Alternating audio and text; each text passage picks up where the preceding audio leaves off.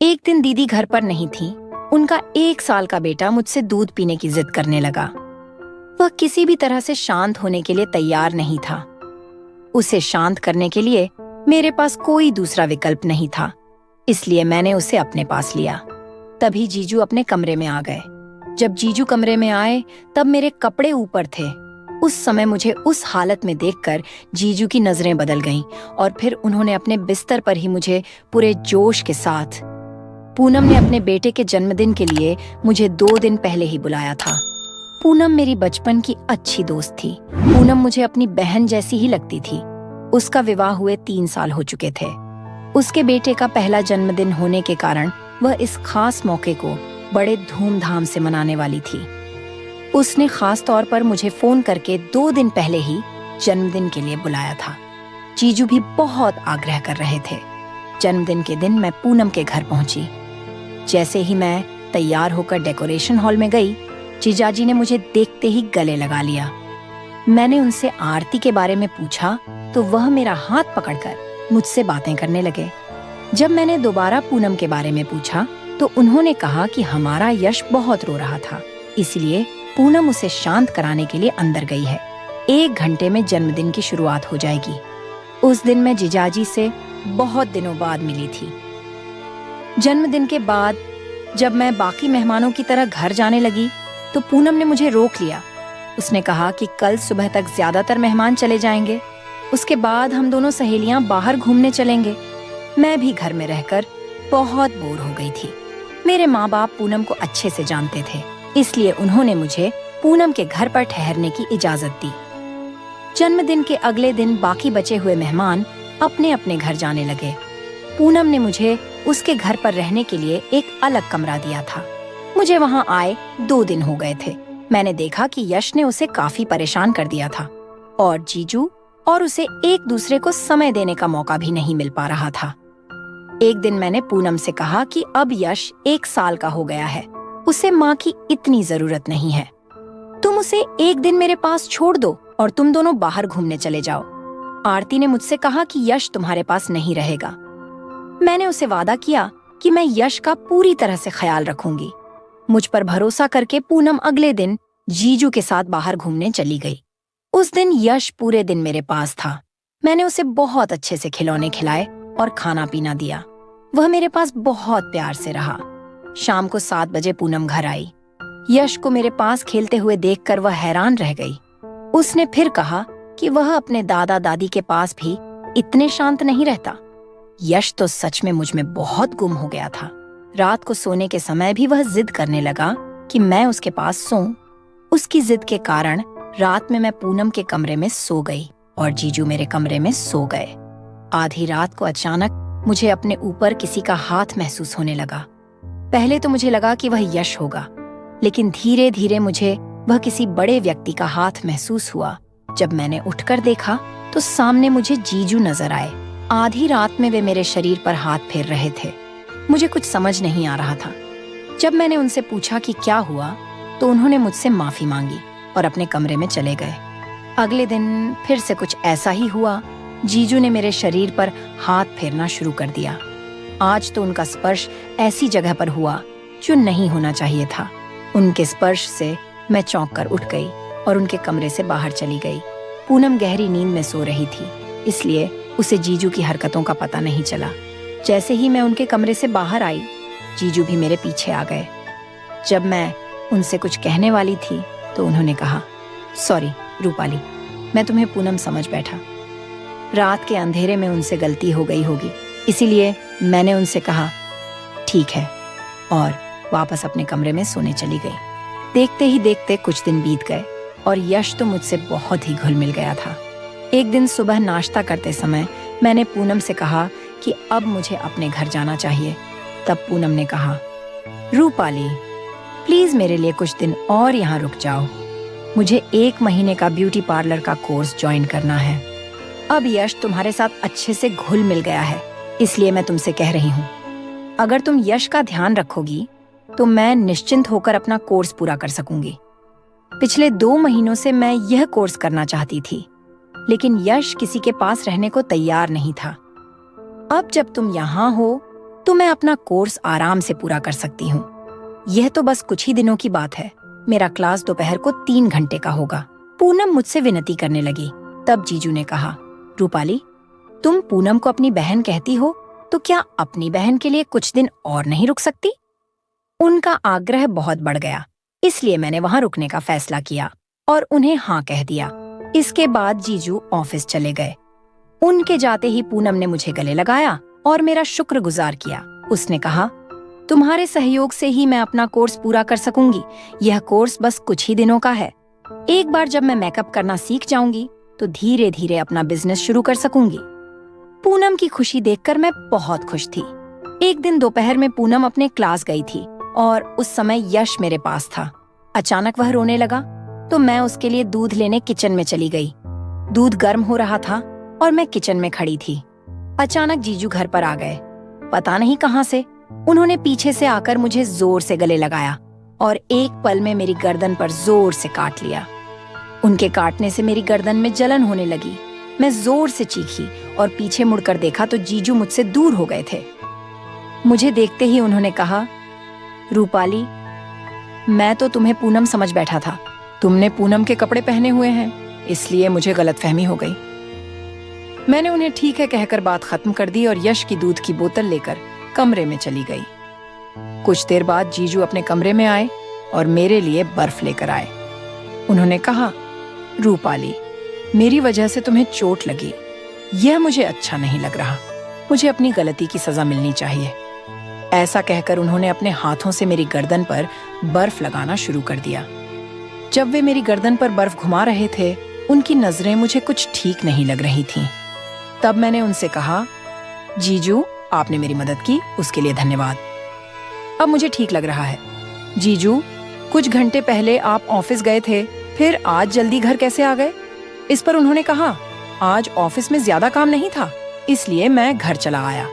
उनके जवाब पर मैंने सहमति जताई और उनके कमरे से बाहर आ गई।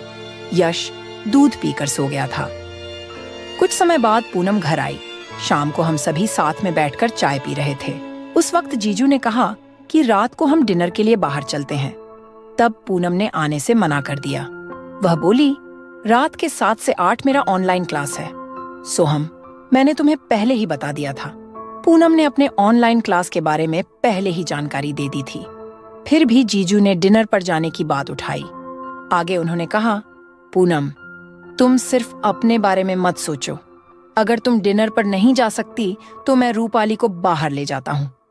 वह पिछले कुछ दिनों से हमारे लिए कितनी मेहनत कर रही है। यहाँ आने के बाद से वह घर में ही है। उसे भी कभी कभी बाहर जाने का मन करता होगा। जीजू ने अपनी मीठी बातों से पूनम को इस तरह समझा लिया कि उसे उनकी बात सही लगने लगी। फिर वह बोली, रूपाली, तुम्हारे जीजू सही कह रहे हैं। तुम सच में हमारी बहुत मदद कर रही हो। तुम घर में बहुत बोर हो गई होगी। शाम को तुम अपने जीजू के साथ डिनर पर जरूर जाओ। शाम को मेरे कमरे में जीजू एक 1 पीस ड्रेस लेकर आए और बोले, डिनर पर जाते समय ये ड्रेस पहनकर तैयार हो जाना। ये ड्रेस खास तौर पर पूनम ने तुम्हारे लिए दिया है। जीजू की बातों में मुझे चालाकी लग रही थी। ऐसा लग रहा था कि पूनम के नाम पर उन्होंने अपनी पसंद का ड्रेस मुझे लाकर दिया है। खैर, डिनर पर जाने का समय हो गया था, इसलिए मैंने वह ड्रेस लिया और तैयार हो गई। जब मैं तैयार होकर बाहर आई तब पूनम बोली, अरे वाह, तुम तो अपने जीजू के साथ डिनर पर जाने के लिए बहुत उत्सुक दिख रही हो। पूनम की बातों से ऐसा लग रहा था कि वह ड्रेस उसने मेरे लिए नहीं भेजा था। मैं उससे कुछ पूछने वाली थी, तभी जीजू बोले, पूनम, तुम्हारे क्लास का समय हो रहा है और हम भी निकलते हैं। इसका मतलब है कि रात में मुझे जल्दी घर आना होगा। मैं जीजू के साथ डिनर पर गई थी। जिस होटल में जीजू मुझे लेकर गए थे, वहां मुझे परिवार की अपेक्षा कपल्स ज्यादा दिखाई दे रहे थे। वहां का माहौल बहुत ही प्रेममय था, लेकिन मैं अपने प्रेमी के साथ नहीं, बल्कि जीजू के साथ डिनर पर आई थी। खैर, माहौल जैसा भी हो, मुझे क्या, यह सोचकर मैं आगे बढ़ने लगी। जीजू ने मेरे गले में हाथ डालकर होटल में प्रवेश किया था। डिनर करते समय भी वे बार बार मेरे खुले पैरों पर हाथ रख रहे थे। जितनी बार मैं उनसे दूर सरकती थी, उतनी बार वे मेरे पास आ जाते थे। जल्द से जल्द डिनर खत्म करके हम घर पहुंचे। रात में पूनम के कमरे में सोने के लिए मैंने मना कर दिया। उस रात मुझे ऐसा लगा कि मेरे आने से उस पति पत्नी को एक दूसरे के लिए समय नहीं मिल पा रहा था। रात में मैंने पूनम के सामने जीजू से कहा कि आज आप अपने कमरे में सोएं। मेरी वजह से आप दोनों के बीच कोई दूरी नहीं आनी चाहिए। इस पर जीजू ने कहा कि हमें साथ सोने की कोई जरूरत नहीं है। इतना कहकर वे वहां से दूसरे कमरे में चले गए।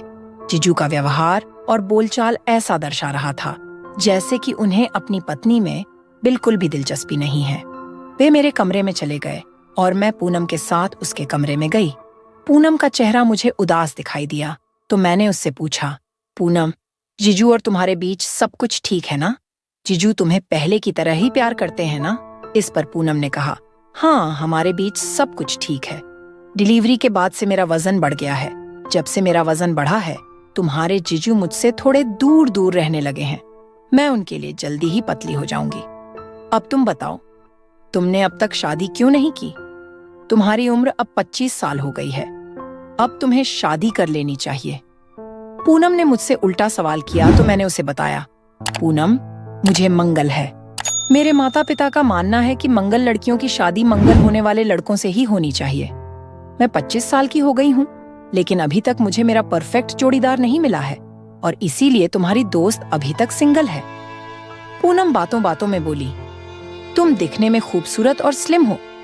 तुम जैसी लड़की पर किसी भी पुरुष की बुरी नजर पड़ सकती है, इसलिए पुरुषों से थोड़ा बचकर रहना। हम बातें करते करते सो गए। अगले दिन पूनम अपने क्लास गई हुई थी। उस दौरान यश मेरे साथ खेल रहा था। खेलते खेलते मैंने उसे सुला दिया और मैं भी उसके बगल में सो गई। कुछ ही समय में यश नींद में रोने लगा। उसने मुझे अपनी माँ समझ लिया था। यश के रोने की खबर देने के लिए मैंने पूनम को कॉल किया, लेकिन वह अपने ब्यूटी पार्लर क्लास में थी, इसलिए फोन नहीं उठा रही थी। आज यश ने नींद में मुझे अपनी माँ समझ लिया था। उसका रोना बंद कराने के लिए मैंने उसे बोतल में दूध भी दिया, लेकिन वह दूध पीने को तैयार नहीं था। आधा घंटा हो गया, लेकिन उसका रोना बंद नहीं हो रहा था। आखिरकार मैंने उसकी मौसी होने के नाते उसे अपने पास लिया। जब मैंने उसे अपने पास लिया तो वह दूध पीने के लिए रोने लगा। पूनम को घर आने में 2 घंटे लगने वाले थे। इतने समय तक यश को रोते रहने देना मुझे ठीक नहीं लगा, इसलिए कुछ समय के लिए मैंने उसकी माँ की जगह ली। मैंने उसे अपनी छाती से लगा लिया। उस छोटे बच्चे को लगा कि उसकी माँ उसके पास है और उसे आराम मिला। जब मैं यश को अपने पास लेकर सोई हुई थी, तभी मेरी आंख लग गई। अचानक मेरी आंख खुली और मैंने सामने जीजू को देखा। वे कमरे में कब आए और कब से मुझे ऐसे देख रहे थे, मुझे कुछ समझ में नहीं आया। तभी मैंने देखा कि जीजू की नजर मुझ पर गलत जगह पर थी। यश को शांत करने के चक्कर में मैंने उसे अपनी छाती से लगा लिया था, लेकिन बाद में अपने कपड़े ठीक करना भूल गई। जीजू मुझे उस स्थिति में कितनी देर से देख रहे थे, इसका मुझे जरा भी अंदाजा नहीं था। तब मैंने देखा कि जीजू की आंखें बिल्कुल लाल हो गई थीं। मैंने अपने कपड़े ठीक किए ही थे कि जीजू ने मेरा हाथ पकड़ लिया और मुझे एक कोने में खींच लिया। तब जीजू ने कुछ ऐसा किया कि मैं अचानक शांत हो गई। थोड़ी ही देर में यश नींद से उठ गया और उसके साथ खेलते हुए हम हॉल में बैठ गए। जब पूनम क्लास से वापस आई तो उसने हम तीनों को बिल्कुल अलग नजर से देखा। उसने तुरंत यश को हमारे बीच से उठा लिया। रात में जब मैं रसोई में खाना बना रही थी तो पूनम मुझसे थोड़ी खिंची खिंची सी लग रही थी। उसने कहा, आजकल तुम यश को ज्यादा ही अपने करीब कर रही हो। यश के साथ साथ उसके पापा को भी अपने करीब मत करो। मुझे समझ में आया कि पूनम एक माँ होने से पहले एक पत्नी है और उसे अपने पति की भी चिंता होगी। तब मैंने उसके कंधे पर हाथ रखकर कहा, तू बिल्कुल चिंता मत कर, ना तो तेरा पति बुरा है और ना ही तेरी दोस्त। पर फिर भी पूनम मुझसे तिरछी बातें कर रही थी। खाना खाते समय फिर बोली, कल मेरा क्लास का आखिरी दिन है। रूपाली, तू अपने घर जा सकती है। उसकी बात सुनकर जीजू के चेहरे का रंग उड़ गया। मुझे भी इतने जल्दी घर जाने का मन नहीं था, क्योंकि जीजू और मेरे बीच जो एक नया रिश्ता शुरू हुआ था वह अब भी शुरू ही हुआ था। खैर, मुझे विश्वास था कि जीजू कोई न कोई तरीका जरूर निकालेंगे, क्योंकि उन्हें मेरी इतनी आदत हो गई थी कि वे मुझे जल्दी जाने नहीं देंगे। उसी रात सोने से पहले पूनम ने मुझे एक बार फिर से ताना मारा। उसने कहा, रूपाली, तेरे जीजू शादीशुदा हैं और उन्हें मंगल भी नहीं है, ये बात ध्यान में रखना। मैं समझ गई थी कि वह क्या कहना चाहती थी, पर मुझे उसकी बातों का कोई असर नहीं हुआ। अगले दिन पूनम 11 बजे अपने क्लास के लिए निकल गई। रोज की तरह 10 बजे जीजू अपने ऑफिस के लिए निकले, लेकिन जैसे ही पूनम घर से निकली, जीजू वापस घर आ गए। आते ही उन्होंने मुझे पानी का गिलास लेकर अपने कमरे में बुलाया। जब मैंने उन्हें पानी का गिलास देने के लिए हाथ आगे बढ़ाया तो उन्होंने मेरा हाथ पकड़ लिया। जीजू बोले, रूपाली, तुम मुझे और कितना तरसाओगी? अब बस करो। पहले ही मैं तुम्हें मैसेज करके थक गया हूँ और अब कितने दिनों से तुम मेरे सामने होते हुए भी मैं तुम्हारे साथ वो समय नहीं बिता पा रहा हूँ जो मैं चाहता हूँ। कल तो तुम्हें देखकर मेरी आंखें ही चमक गई थीं। आज पूरा दिन पूनम घर पर नहीं है, आज का पूरा दिन हम एक दूसरे के साथ बिता सकते हैं। मैंने भी उनकी बातों पर सहमति जताई। जीजू के करीब जाने से पहले मैंने उनसे एक सवाल किया। मैंने कहा, तुम्हारी शादी हो चुकी है और फिर भी तुम मेरे करीब आ रहे हो, ये मुझे सही नहीं लगता। अगर पूनम को हमारे इस रिश्ते का पता चल गया तो उसे बहुत बुरा लगेगा। फिर उसे तुम क्या जवाब दोगे? तब जीजू ने कहा, रूपाली, तुम ज्यादा सोच रही हो। पूनम सिर्फ मेरी पत्नी है, अब उससे मेरा कोई प्यार नहीं रहा। मेरा जॉब चला गया है, इसीलिए मैं उसे ब्यूटी पार्लर का क्लास करवा रहा हूँ ताकि वो कुछ पैसे कमा सके और मेरी मदद कर सके। बाकी उससे मुझे कोई सुख नहीं मिल रहा। अगर तुम्हें कोई आपत्ति नहीं है तो हम दोनों शादी कर सकते हैं। अब तो यश भी तुम्हें अपनी माँ जैसा मानने लगा है। इतना कहकर जीजू हंसते हुए मुझे अपनी बाहों में लेने लगे। मैं भी प्रेम से उनकी बाहों में चली गई। कुछ समय बाद ही हमारे कमरे का दरवाजा खुला और हमारे सामने पूनम खड़ी थी। मुझे जीजू की बाहों में देखकर वह पूरी तरह से स्तब्ध रह गई। पूनम को देखते ही मैंने जीजू से दूर हो गई और पूनम के पास जाकर खड़ी हो गई। जीजू ने तुरंत स्थिति को मेरे ऊपर पलटते हुए कहा, पूनम, अभी के अभी अपनी सहेली को उसके घर भेज दो। मैं तो अपनी फाइल लेने घर आया था, लेकिन रूपाली ने मौके का फायदा उठाते हुए मुझे अपनी बाहों में खींच लिया। वह तुम्हारे बारे में मुझे गलत बातें बता रही थी। जब जीजाजी ने आरती को मेरे बारे में गलत बातें बताईं, तो वह मुझे गुस्से से देखने लगी। उसने 2 कदम आगे बढ़कर जीजाजी को जोर से थप्पड़ मारा और कहा, नालायक आदमी, मैंने सब कुछ सुना है। जब से रूपाली पानी का गिलास लेकर इस कमरे में आई है, तब से उसके मोबाइल में मेरा फोन कॉल चल रहा था। मैंने सब कुछ सुना है। रूपाली ने तो कल रात ही मुझे तुम्हारा सच बता दिया था, जब मैंने उस पर गलत आरोप लगाए थे। रूपाली को यहाँ रुकने के लिए तुमने ही जोर दिया था, ये मुझे समझ में आ गया है। कल जब उसने यश को शांत करने के लिए उसे गले लगाया था और तुमने उसे अस्त व्यस्त हालत में देखा था, तब तुम्हारी नजर उस पर खराब हो गई थी। तुमने उसके साथ जबरदस्ती करने की भी कोशिश की। वह तुम्हारे असली रूप को सामने लाने के लिए ही तुम्हारे साथ ऐसा व्यवहार कर रही थी जैसे कि यह सब उसकी मर्जी से हो रहा हो। तुमने ऑफिस में भी एक महिला कर्मचारी के साथ छेड़खानी की थी, इसलिए तुम्हारी नौकरी चली गई थी, यह भी मुझे पता चल गया है। तभी हर 6 महीने में तुम कंपनी क्यों बदलते थे? अब मुझे समझ आ गया है। पिछले 3 साल से तुम मुझे बेवकूफ बना रहे थे। मैं घर में हर चीज की बचत कर रही थी और तुम मुझसे झूठ बोलकर बाहर लड़कियों पर पैसे उड़ा रहे थे। रूपाली ने तुम्हारे भेजे हुए अश्लील मैसेज भी मुझे दिखाए हैं। जीजाजी का असली रूप मुझे पूनम के सामने लाना था और वह अब उसके सामने आ गया है। जीजाजी ने मुझसे गलत चीजों की मांग की थी, लेकिन मैं अपनी सहेली को धोखा नहीं दे सकती थी। पिछले 2-3 दिनों से पूनम को मुझ पर और जीजू पर शक हो रहा था, इसलिए वह मुझे ताने मार रही थी। आखिरकार कल रात मैंने उसे सब कुछ सच सच बता दिया कि कैसे उसका पति मेरे पीछे पड़ा हुआ है। उसके बाद पूनम ने अपने पति से अलग होने का फैसला किया। मुझे लगा कि मेरी वजह से उसका घर टूट गया और मैंने उसे भी यह बात कह दी थी। तब पूनम ने मुझसे कहा, रूपाली, तुमने मेरा घर नहीं तोड़ा, बल्कि तुमने मुझे बहुत बड़ी हिम्मत दी है। आज तुम्हारी वजह से ही मेरे पति की सच्चाई मेरे सामने आई। नहीं तो मैं उसे अपना सब कुछ मानकर उसके लिए सब कुछ कर रही थी, लेकिन वह बाहर लड़कियों के साथ छेड़खानी कर रहा था। उसे कभी मेरे कष्ट नहीं दिखे, ना ही उसने कभी मेरी कदर की। तुमने वक्त पर मेरी आंखें खोल दी। तुम्हारी वजह से ही मैं अपना क्लास पूरा कर पाई। अब मैं जल्द ही खुद का छोटा सा व्यवसाय शुरू करूंगी। अपने पैरों पर खड़ी होकर अपने बेटे को पालूंगी। मुझे अपनी जिंदगी में धोखा देने वाले लोगों की कोई जरूरत नहीं है। पूनम ने मेरा धन्यवाद किया और कहा कि मैंने उसे एक झूठे रिश्ते से बाहर निकलने में बहुत मदद की है। अब पूनम अपने मायके में है। उसने खुद का ब्यूटी पार्लर शुरू किया है और उससे वह अच्छी कमाई कर रही है। वह खुद का और अपने बेटे का खर्चा खुद उठा रही है। आज पूनम एक स्वतंत्र महिला के रूप में जी रही है। तो दोस्तों, यह थी आज की कहानी। इस